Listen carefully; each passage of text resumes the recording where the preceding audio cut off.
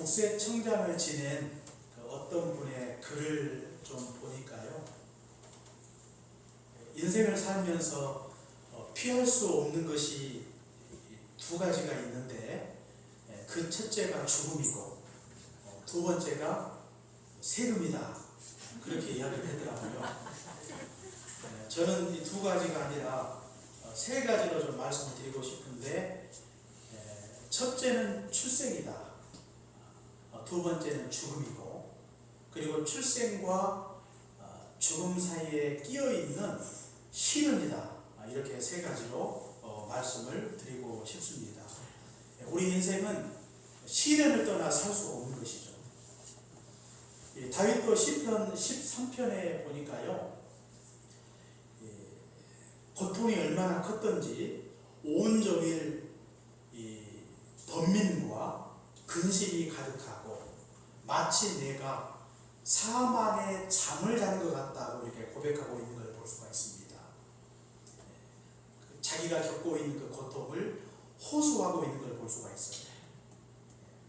이 세상에 살고 있는 모든 사람들이 하나님을 믿는 사람이든 믿지 않는 사람이든 누구든지 간에 우리 인생 가운데 시련이 있다고 하는 것입니다.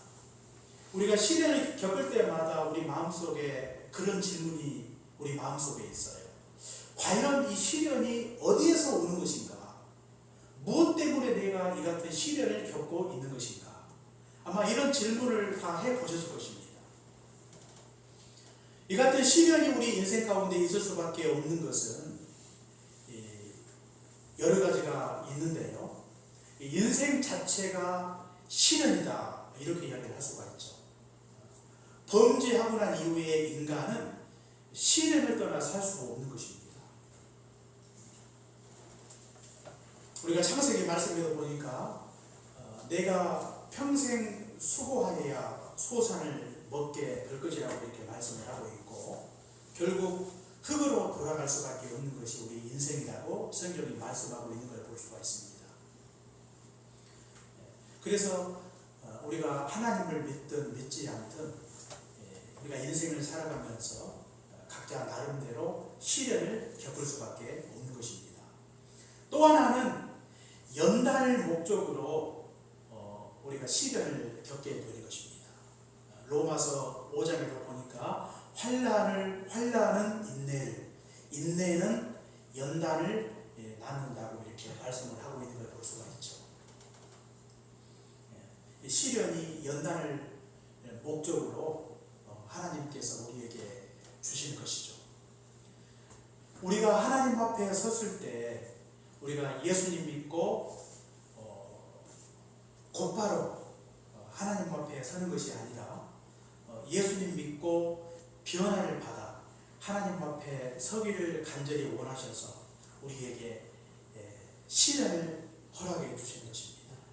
온전하고 조금도 부족함이 없는 자로 하나님께서 우리를 세워주시기 위해서 우리에게 극심한 시련을 허락해 주시는 것이죠.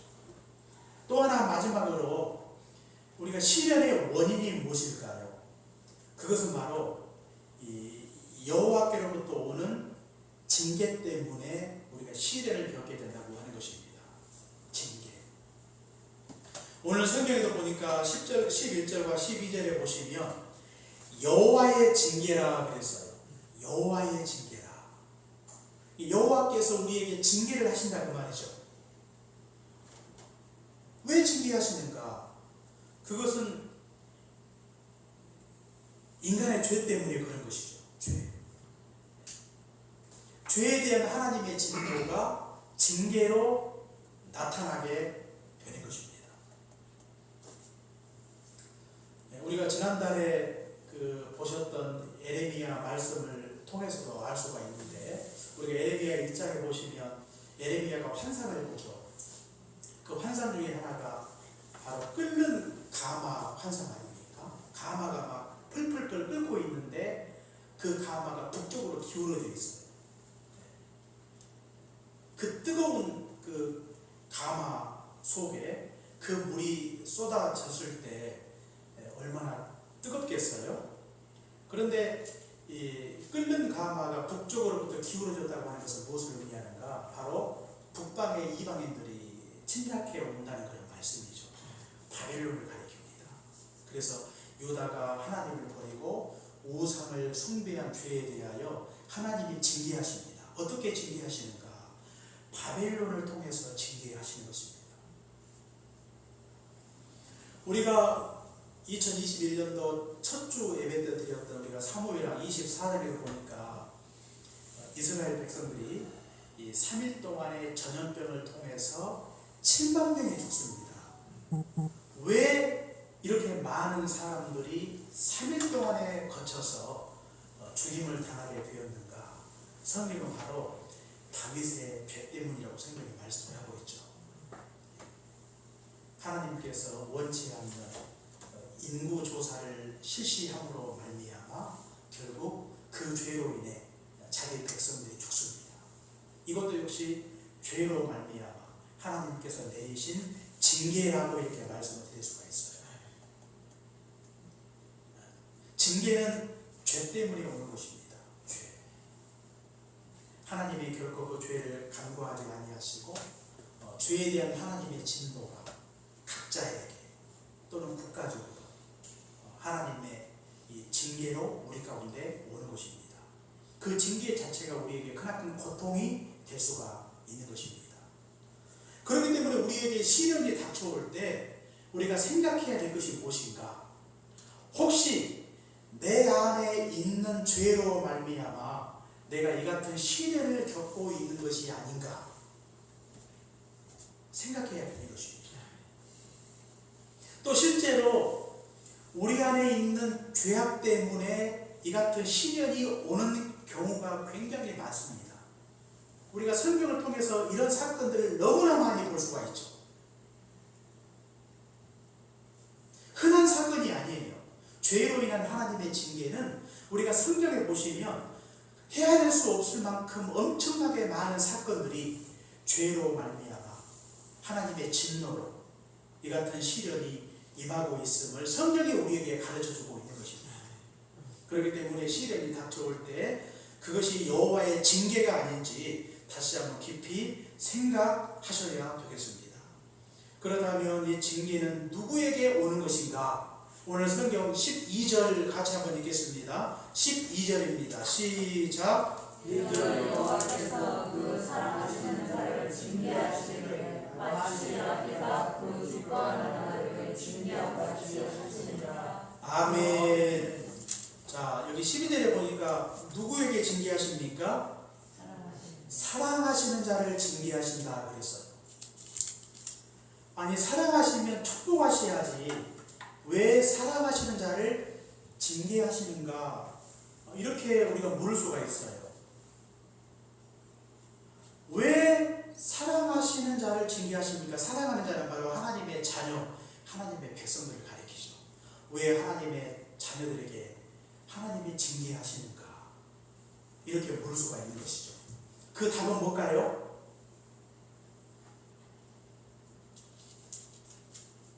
그 답은 거기에 그냥 나와 있어요. 사랑하시기 때문에. 답이 너무 싱겁죠? 왜 사랑하시는 자를 징계하시는가? 사랑하시기 때문에.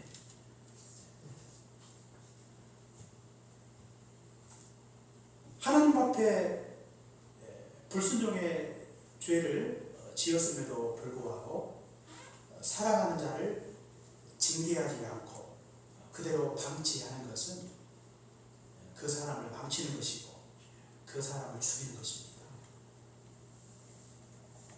우리가 잠언 13장에도 보니까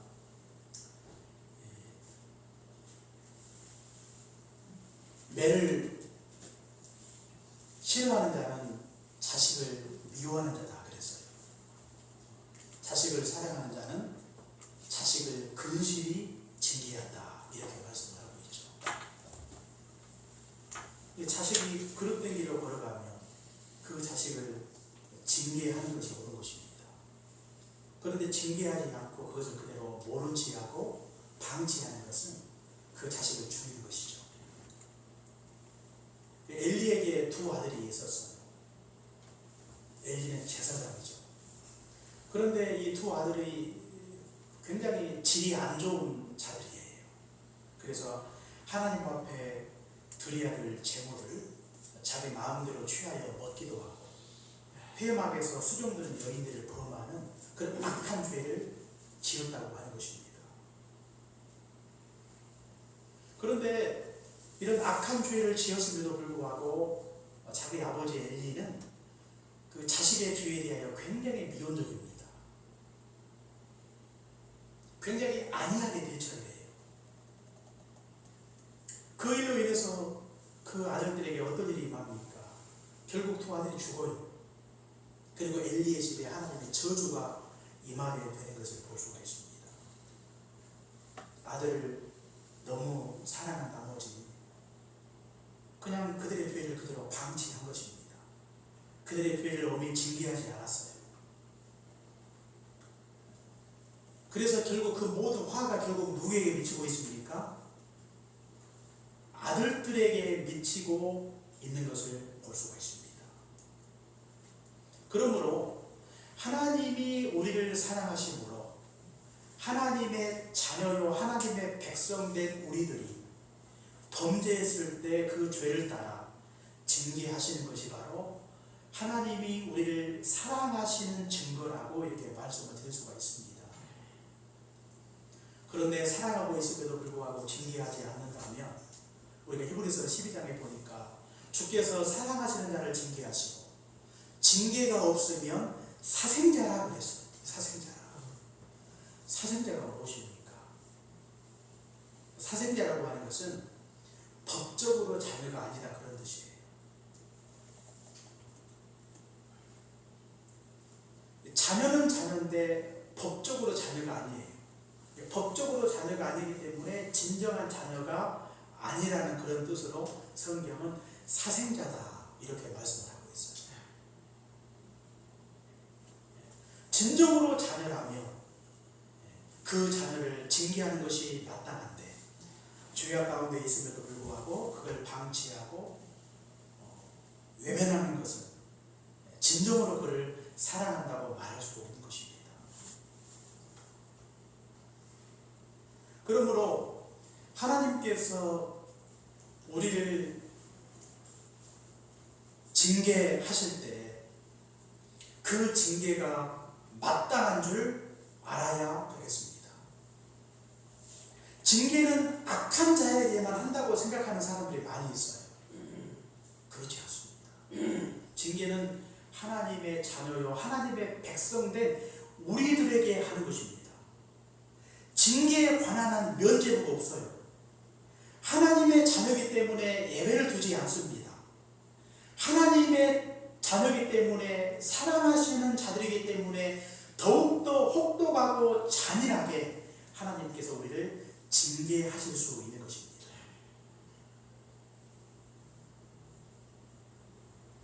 자녀들이니까 죄를 지어도 그냥 모른 척 하시고 죄를 지어도 덮어두시고 죄를 지어도 그냥 방치해버리고 하나님은 그렇게 하지 않아요. 하나님은 우리의 아버지가 되십니다.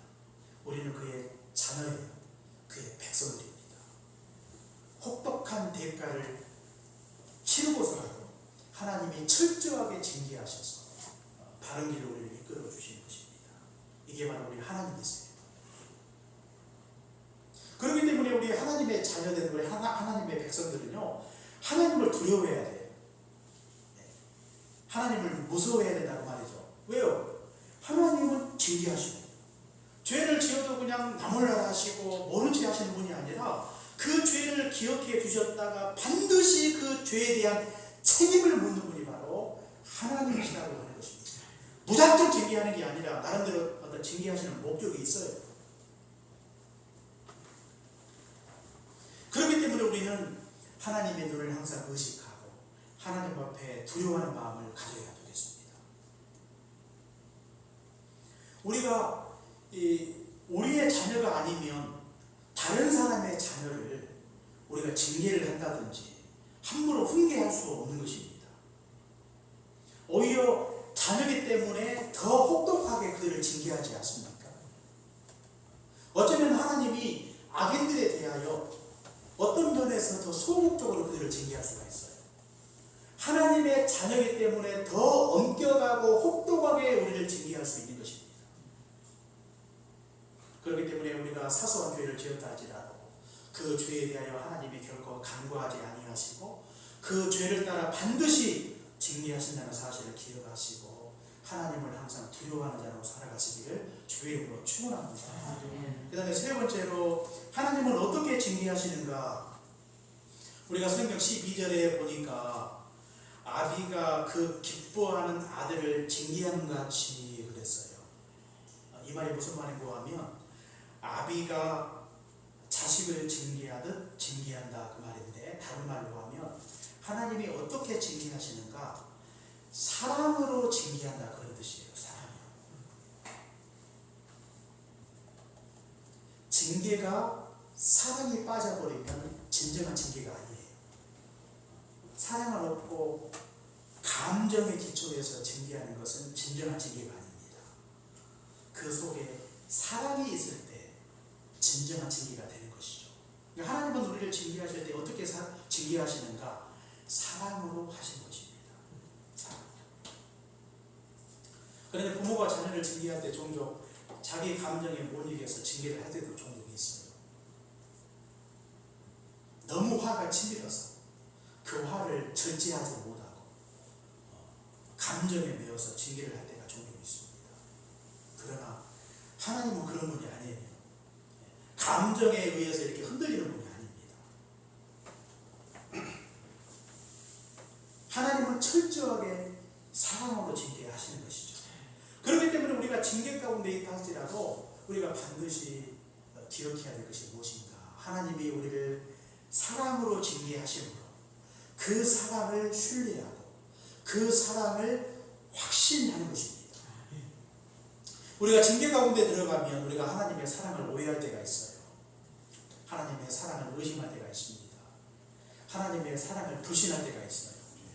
하나님이 나를 사랑하신다면 어떻게 하나님께서 이렇게 잔인하게 나를 징계하시는가? 악인들도 그냥 나와 비교하면 그 삶이 너무나 평안하고 아무런 문제 없이 고통 없이 살고 있는 것 같은데, 하나님은 나의 아버지시고 나를 사랑하시는데 이렇게 어떻게 혹독하게 나를 징계하실 수 있단 말인가? 이러면서 하나님의 사랑을 자꾸 의심하게 되는 것입니다. 의심이 깊어지면 불신하게 되는 것이죠. 또 어둠의 세력들은 이 주변의 사람들을 통해서 그걸 부추겨요. 하나님이 너를 사랑하신다면 왜 하나님이 너에게 이 같은 시련을 주시는 것인가? 왜 이렇게 하나님이 무자비하고 무능력한 하나님인가? 이러면서 주변 사람들이 하나님의 존재, 하나님의 사랑, 하나님의 긍휼과 자비를 자꾸 의심하게 만들어요. 욥이 고통 가운데 있을 때, 욥이 발끝부터 정수리까지 종기로 인하여 큰 고통 가운데 있을 때 욥의 아내가 욥에게 하는 말이 무엇입니까? 뭐라고 이야기하죠? 욥의 아내가 하나님을 욕하고 죽어버려라. 그렇게 욥의 아내가 욥을 이렇게 흔들고 있는 걸 볼 수가 있죠.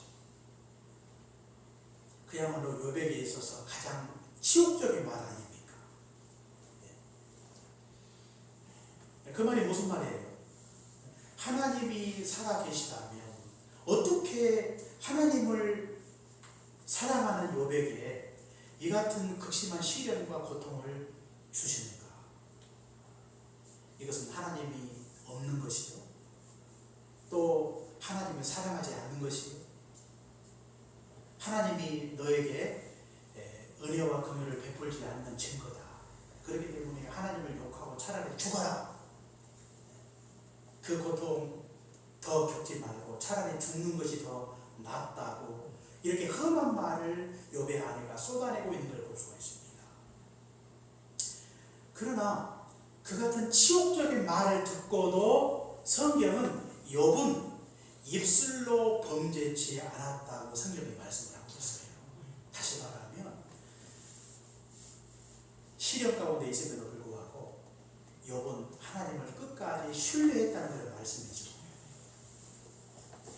히브리서 12장에 보시면 육의 아버지가 징계하여도 네가 아버지를 공경하였거늘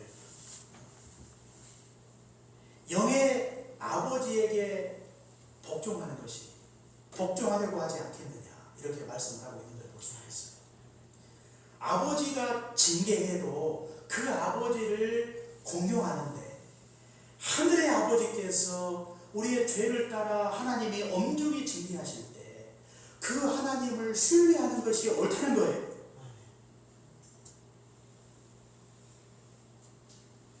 삶이 좀 평안하고 뭔가 좀 좋은 일이 있으면 할렐루야 하나님 앞에 이렇게 영광을 돌리고 좋아하는데, 그러나 정작 우리의 인생 가운데 시련이 닥쳐오고 뭔가 고통이 있고 고난이 있으면 그 하나님을 자꾸 의심하고 오해하고 불신하게 되는 것입니다.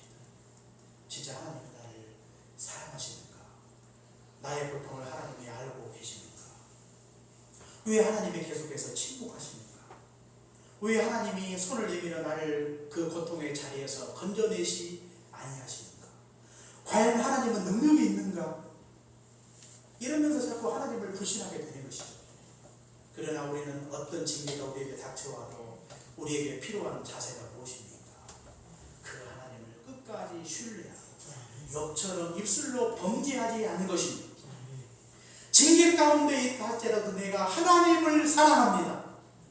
징계 가운데 있다 할지라도 내가 하나님을 신뢰합니다. 하나님을 믿습니다. 이 믿음을 가지고 나아가는 것입니다. 이것이 하나님을 온전히 신뢰하는 성도의 삶인 것입니다. 그렇다면 하나님은 이렇게 이 같은 이 징계를 하시는 그 궁극적인 목적이 무엇일까요? 하나님의 징계하시는 목적은 한 가지죠. 그 징계를 통해서 결국 바른 길로 인도하시기 위해서 징계하시는 것입니다. 징계 자체가 목적이 아니에요. 징계를 통해 우리에게 고통을 주시는 것, 그 자체가 목적이 아니라고 하는 것입니다.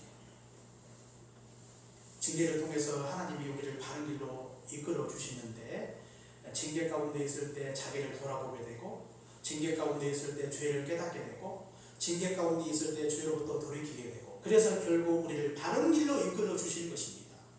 이것이 바로 징계를 우리에게 허락해 주시는 그 징계의 궁극적인 목적이라고 하는 것이죠. 그러면 우리의 징계 가운데 있을 때 징계 자체만 보면 안 돼요. 왜 하나님이 나에게 이 같은 혹독한 시련을 주셨는가? 그 징계를 통해서 나에게 궁극적으로 주시고자 하시는 것이 무엇인가?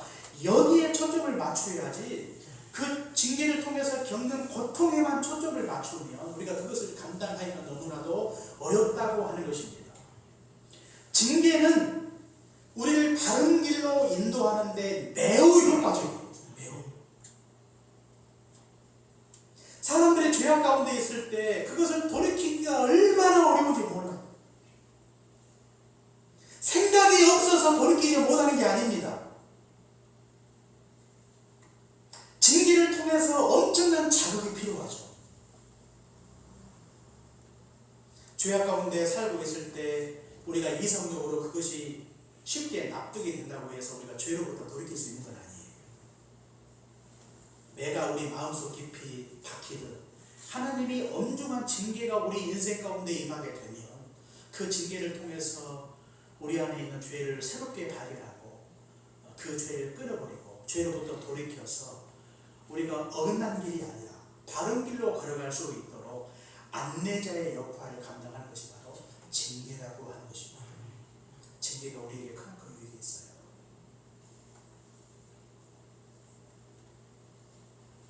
애굽의 바로를 보세요. 바로. 이 바로는 어떤 사람입니까? 굉장히 완악한 사람이에요. 그런데 이 완악한 바로를 꺾기에는 웬만한 징계로는 도저히 그 완악함을 꺾을 수가 없는 것이죠. 모세가 10가지 재앙을 통해서 바로를 꺾지 않습니까? 그런데 처음부터 이제 피 재앙부터 시작하는데 뭐 피, 개구리, 이, 파리, 독종, 호박 쭉 10가지 재앙이 있는데 그 한 가지 한 가지 재앙을 놓고 보면 그 재앙이 결코 적지 않아요. 엄청 엄청난 파괴력이 있는 재앙입니다. 웬만한 사람 같으면 간이 떨어져 버리는 그런 재앙이에요. 나일강이 필요가 있어요. 나일강은 생명의 젖줄과 같은 것입니다. 그 강이 없으면 그들은 생존할 수 없어요. 그런데 거기에서 먹는 식수가 나오고 그것으로 농수가 되는 것인데, 가축이 먹을 수가 있는 것인데, 그것이 피로 변해버린 것입니다. 엄청난 재앙이죠. 아마 지금 이 한국 땅의 그 주가가 지금 얼마나 됩니까? 김선대 집사님? 3,000 넘는가요? 예를 들어서 한 500으로 이렇게 떨어졌다고 해보세요. 엄청난 충격이죠. 한국이 막 뿌리채 흔들려 버리게 될 것입니다. 그런데 이런 엄청난 재앙이 있음에도 불구하고 바로는 좀처럼 그의 마음을 바꾸지 않아요. 왜 이 같은 재앙을 통해서 이 모세가 바로에게 집요하게 요구하고 있는 것이 무엇입니까? 내 백성을 보내라 이거죠. 그런데 보내지 않아요. 계속되는 재앙에도 불구하고 자꾸 타협안을 제시하면서 보내지 않습니다. 그런데 이 마지막 장자 재앙을 통해 그 모든 재앙들은 자신에게 직접적으로 미치는 재앙은 아니에요. 그러나 자신에게 미치는 가장 치명적이고 직접적인 재앙이 장자 재앙 아닙니까? 그 재앙을 통해서 비로소 자신의 마음을 바꾸고 결국 모세가 요구한 대로 이스라엘 백성들을 내어놓습니다. 그의 완악한 마음을 바꿀 수 있었던 그 까닭이 무엇입니까? 그것은 바로 강력한 징계죠. 징계. 그러므로 우리가 하나님 앞에 범죄함으로 징계가 우리 가운데 있을 때 우리는 바로가 가졌던 완악한 마음을 버리고 징계 앞에 부드러운 마음을 가져야 되겠습니다. 그 징계에 대하여 마음이 무뎌져서 징계로부터 우리의 마음을 돌이켜서 죄로부터 돌이켜서 바른 길로 걸어가지 못하는 것이 아니라 징계가 있을 때 그 징계에 대하여 완악한 마음을 버려버리고 그 징계가 우리의 마음을 돌이키고자 하시는 하나님의 기쁘신 뜻이 있는 줄 알고 그 징계를 달게 받아 우리가 그릇된 길에서 돌이켜서 바른 길로 나아가야 되겠습니다. 계속해서 이 완악한 마음을 갖게 되면 하나님의 진노를 더할 뿐이죠. 하나님이 우리 인생 가운데 하나님의 크게 진노하실 때, 징계하실 때 하나님께서 우리에게 작은 징계를 내린다 할지라도 그 작은 징계에도 민감하게 반응하는 것입니다. 그 작은 징계에 민감하게 반응하지 않는다면 하나님은 더 큰 징계를 우리에게 내려주실 것입니다. 그리고 하나님은 반드시 우리의 이 죄악된 자아를 꺾으시고 우리를 바른 길로 이끌어 주실 것입니다. 왜 그렇습니까? 우리는 하나님이 사랑하시는 자들이기 때문입니다. 계속해서 고집을 부렸을 때 하나님이 포기하시고 너는 이제 더 이상 가망이 없다, 너는 안 되겠다 이렇게 하나님이 두 손 놓고 더 이상 아무런 일도 하지 않으시고 이방인처럼 취급해 버리는 것이 아니에요. 하나님은 더 큰 징계를 통해서라도 하나님이 우리의 완악한 마음을 돌이키사 우리를 바른 길로 이끌어 주시는 것입니다. 이것이 징계를 통해서 우리에게 주시고자 하시는 궁극적인 목적이라고 하는 것입니다. 그렇기 때문에 징계는 절망이 아니에요. 징계는 우리에게 또 다른 기회가 될 수 있는 것입니다. 그러므로 성경은 징계 가운데 있을 때 우리가 어떤 자세를 가져야 할 것인지 두 가지를 이야기하고 있는데요. 11절에 보니까 경히 여기지 말라 그랬어요. 징계가 있을 때 그 징계를 어떤 흔히 있을 수 있는 사건, 우연한 사건으로 치부하지 말라고 말이에요. 그 징계는 목적이 있고 그 징계를 통해서 바른 길로 이끄시고자 하시는 하나님의 기쁘신 뜻이 그 속에 있는 줄 알고 신중하게 받아야 된다는 그런 말씀입니다. 전도서 7장 14절에 나와 있듯이 형통한 날에 기뻐하고 공고한 날에 되돌아보아라, 자기를 되돌아보아라 이렇게 말씀하고 있지 않습니까? 그러니까 우리가 징계가 있을 때 그 징계 가운데 우리에게 필요한 삶의 태도가 무엇입니까? 그것은 그 징계가 있을 때 우리의 마음을 살피는 것이죠. 내 안에 어떤 죄가 있는가? 내 안에 어떤 죄악 때문에 하나님이 크게 진노하셔서 내가 이 같은 고통을 겪고 있는가? 자기를 살피는 지혜가 우리에게 필요하다고 하는 것입니다. 그렇기 때문에 우리가 징계 가운데 있을 때 그 징계를 경히 여기는 것은 옳지 않아요. 우리가 코로나가 맨 처음에 발병했을 때 사람들은 그걸 경히 여겼어요. 지나가는 독감처럼 쉽게 끝나겠지. 한 2, 3개월 고생하면 끝나겠지. 그렇게 생각을 하지 않았습니까? 실제로. 우리가 이렇게 1년 반 동안 이렇게 엄청난 희생과 대가를 치를 줄 누가 알았겠습니까? 그런데 지금 우리는 그 고통을 지금도 겪고 있어요. 보니까 확진자가 1억 명이 됐더라고요. 1억 명. 사망자가 420만 명. 전 세계적으로. 이렇게 긴 시간에 이렇게 많은 사람들이 또 고통을 겪고 경제적으로 어려움을 당할 때 누가 알았겠습니까? 죄로 인한 하나님의 엄중한 징계임에도 불구하고 그것을 경히 여긴 것입니다.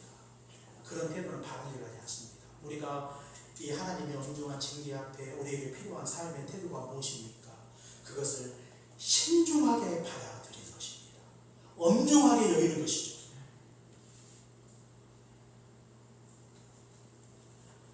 한국 교회가 지금 우리가 겪고 있는 시련을 엄중하게 받아들이는 것입니다.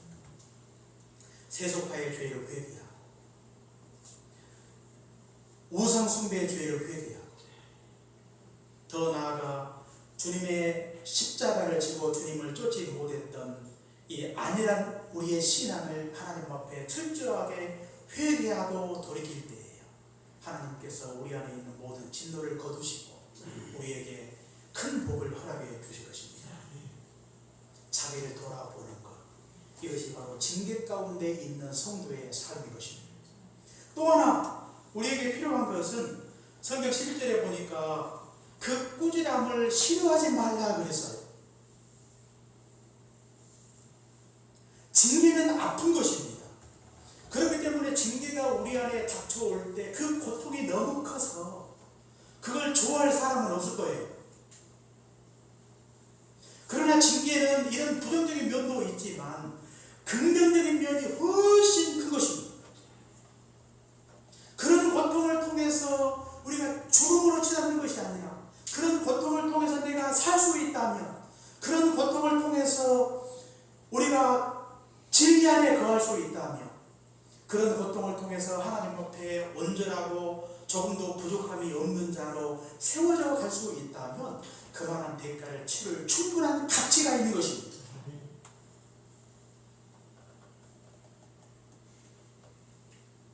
그러므로 우리가 징계의 이 부정적인 면, 어두운 면만 보지 말고 우리가 긍정적인 면을 보아야 되겠습니다. 싫어하기보다 그것의 긍정적인 면이 반드시 있음을 항상 기억하고 우리가 그것을 달게 받는 그런 신앙이 우리에게 반드시 필요하다고 하는 것입니다. C.S. 루이스는요, 징계는 위장된 하나님의 축복이다 그랬어요.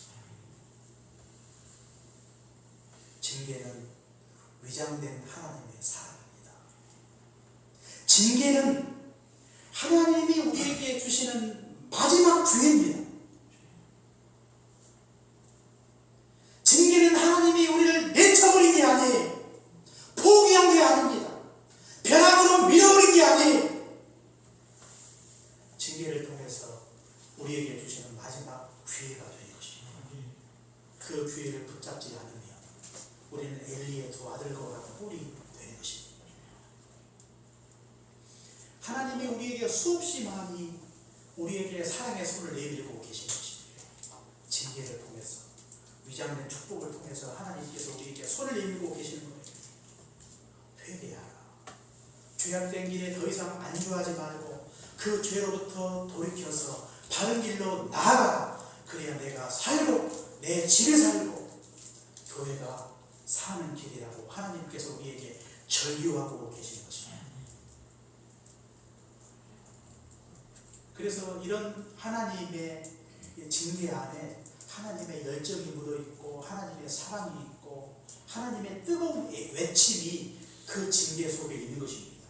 우리가 이걸 듣지 못하고 알지 못하고 깨닫지 못하고 돌이키지 않는다면 우리에게 희망이 없는 것입니다.